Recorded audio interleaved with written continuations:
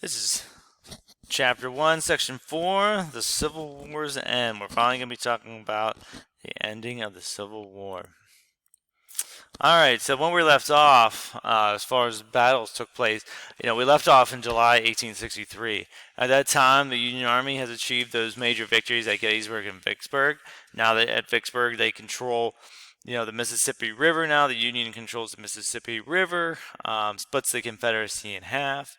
At Gettysburg, the Union Army finally has a major victory against the, Confederate Army. Lee is on the run, in bad shape. Okay. And then Confederate General Lee's army, like I said, is on the retreat into Virginia, but is still intact and they're still strong, even though they retreated. Um, President Lincoln didn't like that they left, that General Lee was allowed to leave Gettysburg with his army intact.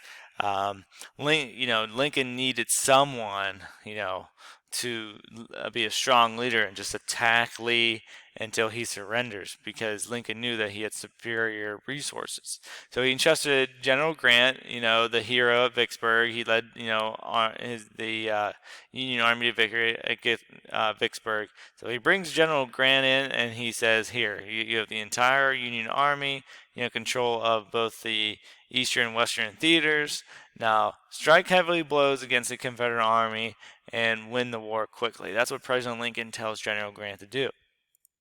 So, just going back a little bit, I'm just catching up to speed, but but in 1863, also, what contributes to everything is that the Emancipation Proclamation, we talked about this a lot already, it freed the slaves in the South and allowed African Americans to join in the military.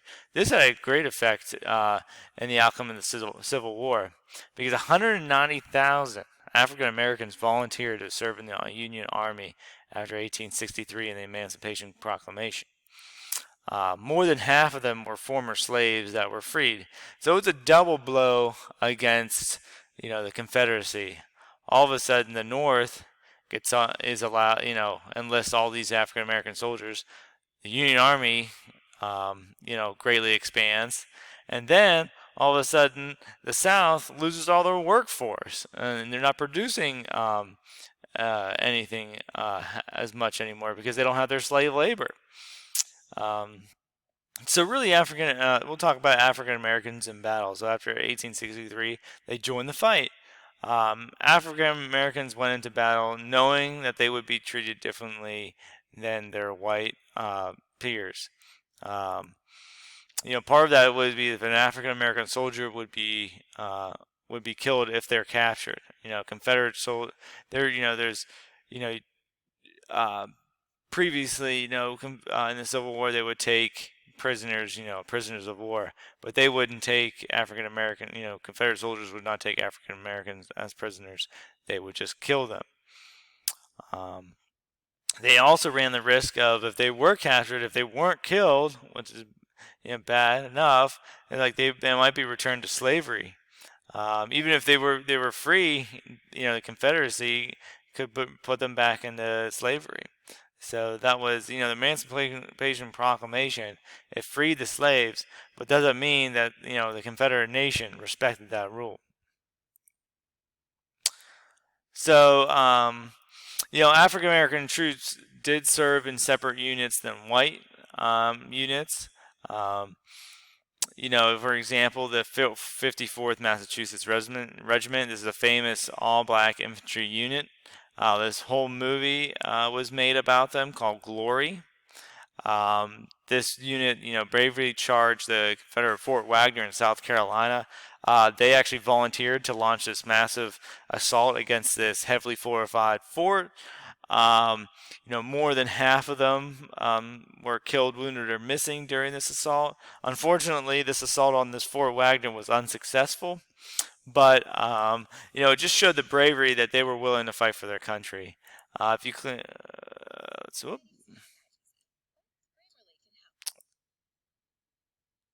sorry, I clicked on that link there, but there's the link if you want to watch the video. It really shows a great depiction of this battle.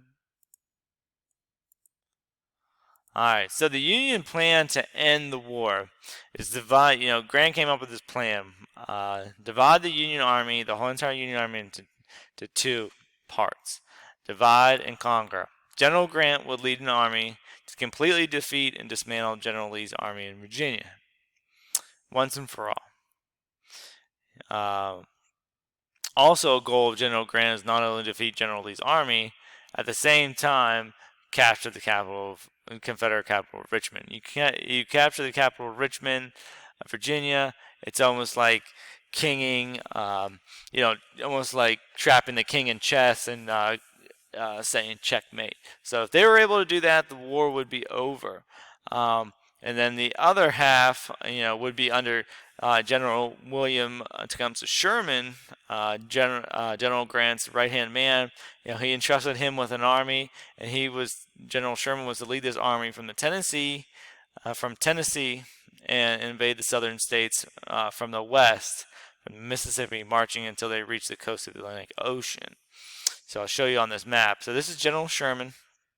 He starts in Chattanooga, Tennessee, and takes his army all the way through Georgia, and then up to the Carolinas, and then eventually meeting, General Grant and Richmond. So attacking on two fronts. This is General Grant's army. He is to follow Lee. As you can see, we'll discuss more in detail shortly here. That's just to chase Lee, and then eventually lead to Richmond.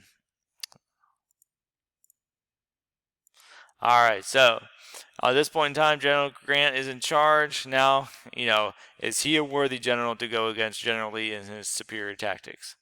So, General Grant's strategy was take his massive army and follow and attack General Lee's inferior amount of soldiers wherever they went. When General Grant's army would attack and a battle would occur, he would keep attacking shortly afterwards.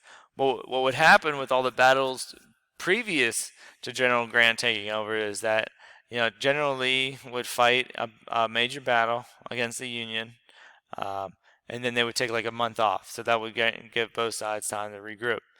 General Grant did not want to give General Lee any time to regroup. Attack and keep attacking. He realized that the North had vastly more men and more resources than the South, so General Grant could lose soldiers and replace them quickly and continue the fight, where General Lee could not.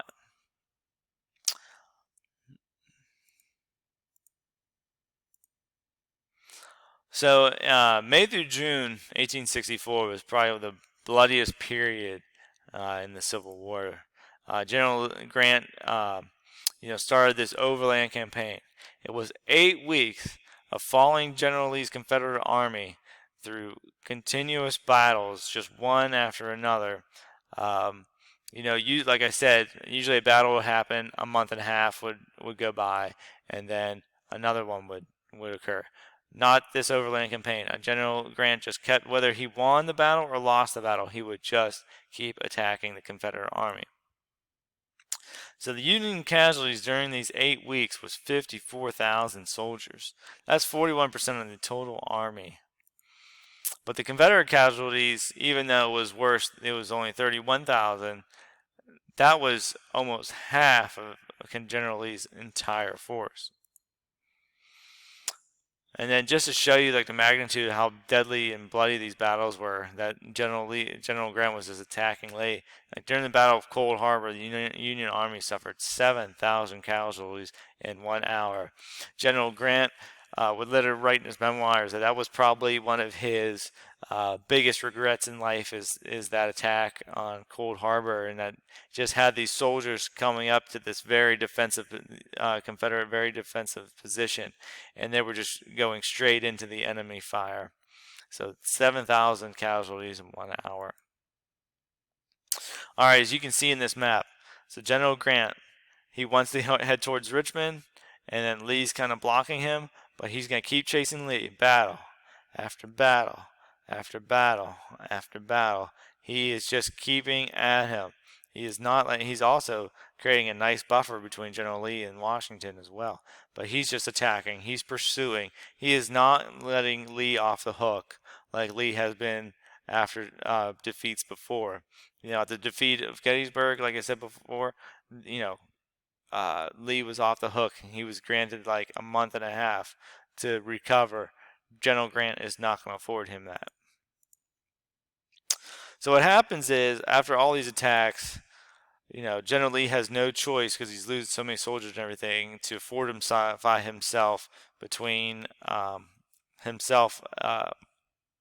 fortify himself outside the city of the capital of Richmond in a town called Petersburg, Virginia.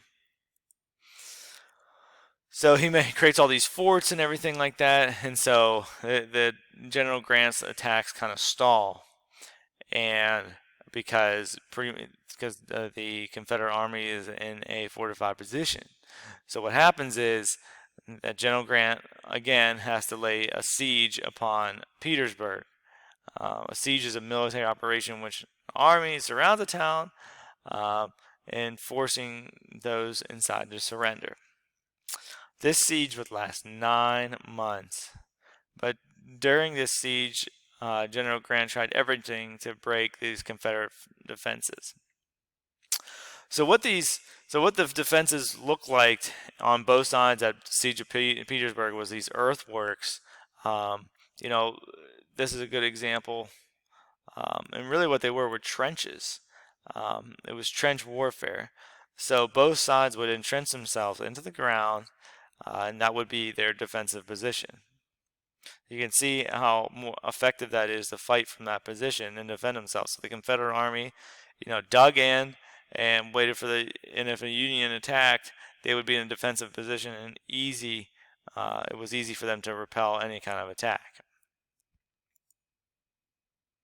So both, like during these 9 months, would dig these elaborate trench systems. And this was really one of the first times in world history that this happened. And this, if you know anything about World War I, that it was pretty much all trench warfare. But so this is kind of a predecessor to that. So the crater. So like I said, General Grant would try anything to dislodge General Lee from this defensive position at Petersburg. So what they did was the Union Army wanted to they came up with this plan to have these Pennsylvania coal miners that were used to digging tunnels to dig this tunnel underneath the Confederate position, put a bunch of dynamite in the tunnel underneath the Confederate position, light the fuse and blow it up, and then there would be a hole in the Confederate position. Now, the Union was successful in digging this hole and digging this tunnel, and they did light the massive amount of explosives underneath the Confederate line. And it did blow a big chunk out of the Confederate line. But the problem was the ensuing attack after the Confederate line was blown up was terrible. So what happened was it was early morning, it was about 5 o'clock in the morning. They blow up the Confederate line. All these Union troops were ready to go, but it was hard to see. And what happened was they charged right into this blown up hole in the ground, which created a crater. So all these Union soldiers went into this crater, and all of a sudden they couldn't get out of it. So they got into it, but they couldn't get out the other side, and it became a turkey shoot for all these Confederate soldiers to defend themselves.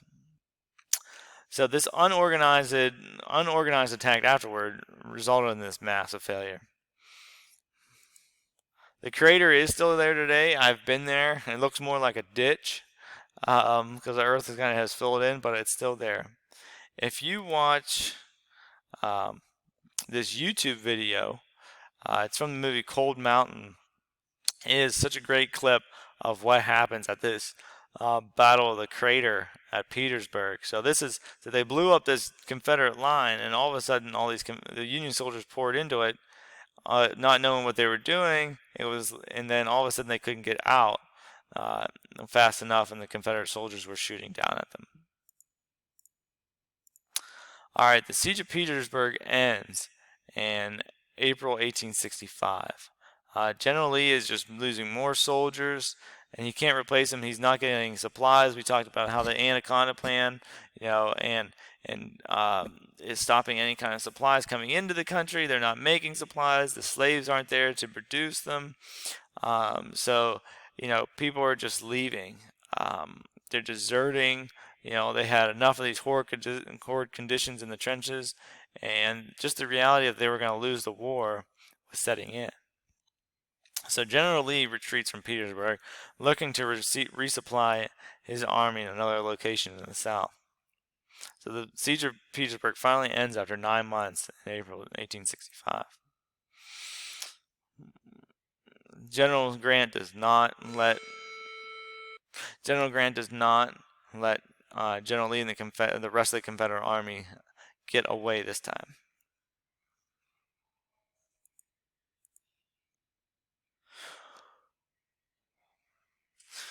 So next we're going to talk about General Sherman's March to the Sea.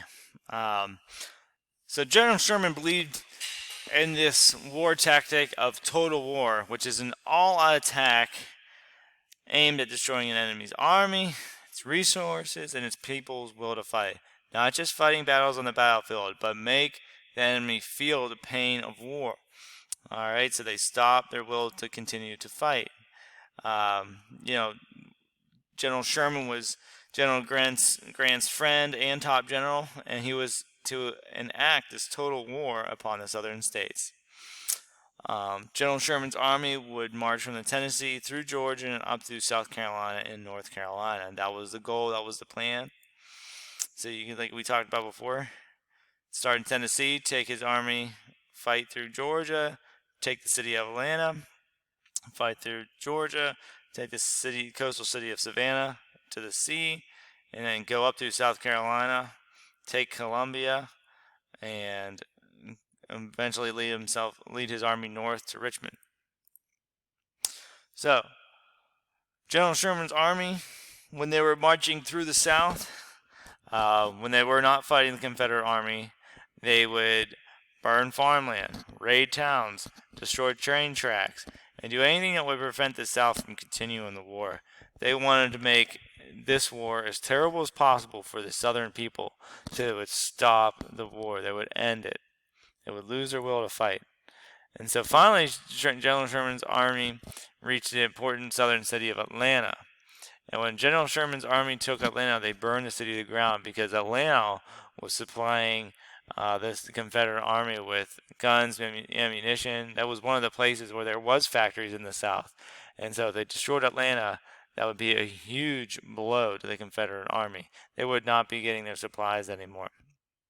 So the people of Atlanta really suffered when Sherman's army finally got there and took it over. Still to this day, people of Atlanta do not like General Sherman. Alright, so this is kind of like they just came into town and they would burn it all down. Like this was a factory. They just totally demolished it. Railroad is destroyed. There's the transportation of goods were destroyed. And then, when the railroad tracks were bent, it was called a Sherman necktie because it was like bent in such a way it looked like a tie, and it was bent in a way that it was unusable.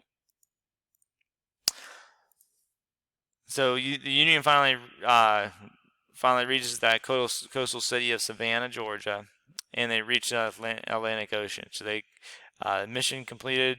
They went through the heart of the South there through Georgia, and they really struck heavy blows to the Confederacy. It really Sherman's march drastically contributed to the end of the Civil War because it just destroyed the Confederacy's will to fight in the Southern people, and it destroyed their supplies.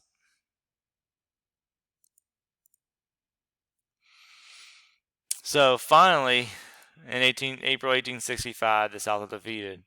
The General Lee's army retreats from Petersburg, and after Petersburg, it's just a matter of time before the only like 20,000 Confederate soldiers that are left get surrounded by the Union Army at the small town of Appomattox Courthouse. Yes, that is a name of a town. It's called Appomattox Courthouse.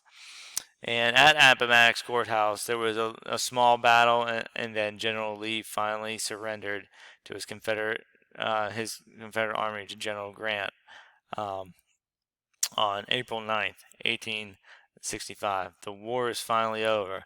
Right here, you see a picture of General Lee, General Grant. They're kind of signing this, um, you know, the surrender document that General Lee will surrender all his, Army's weapons and his soldiers, and the war is finally over.